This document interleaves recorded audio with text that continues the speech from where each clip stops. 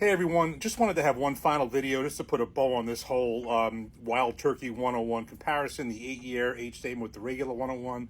I just did a blind my last video. The one before that, I reviewed the 8-year.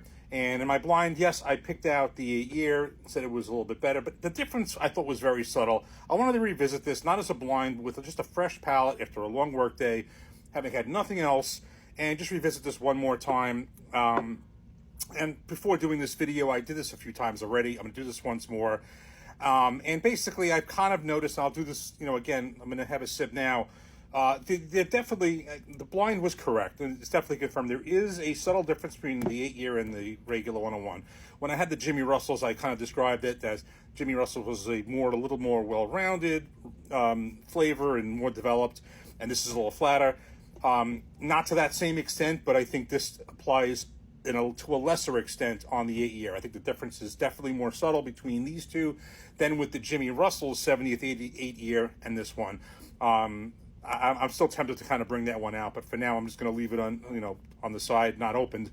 I just think that the difference is less. It's $10 difference, so it's not a lot, and there is a difference. So it's not like you can say, wow, don't spend the extra money. There is a difference, but I'm kind of seeing maybe more and more, noticing that more and more. It was definitely very subtle in the blind. I picked it out, and the difference is not significant, but it's there. So let me just do the regular 101, and then the 101 8-year. Okay. So I've already done this a few times. I kind of feel it in the second half of the palate to the finish. It just kind of, and this is maybe very primitive terms, the way regular 101 kind of gets a little bit dull and kind of flattens out, where the 101 8-year kind of stays, kind of hangs in there, and I find a little bit more well-developed and a little bit more flavorful. That's really it.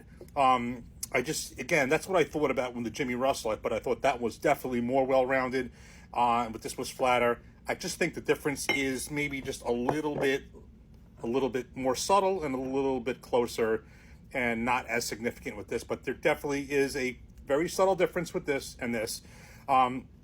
It's kind of the same thing with the, when the Jim Beam Black went to the 7-year, I did a blind with that, and I thought the 7-year just ever so subtly had a little bit more, because the Jim Beam Black is kind of like 6 years, really in that range, and the Jim Beam 7 is 7. And there was that subtle difference. Similar here, but after doing this many times, because it really was that subtle, I kind of picked up on where the difference is and what it is, and I just think this kind of thing flattens out as you're kind of having it in mid palate to the finish, and kind of dulls out a little bit, and this one kind of has just a little bit more well-rounded flavor. Jimmy Russell was more than that.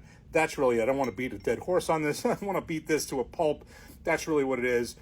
If it's only $10 difference by you, this may be worth it. I kind of changed my tune on that, because originally I was kind of like, would I pay the extra money? No, I think there's enough of a difference for $10. Is there enough of a difference for 20 or more? No. But if it's for like, 10 or less, I think it would be worth it. Again, that's assuming these two stay side by side and coexist. I'm not sure if this is going to replace this, or these will stay side by side. If they do, and it's only $10 or less, I think it may be worth it. It's just that much better, but ever so slightly. But if it's more than that, I wouldn't. Jimmy Russell, obviously, I think is in a different category. Cheers. Take care.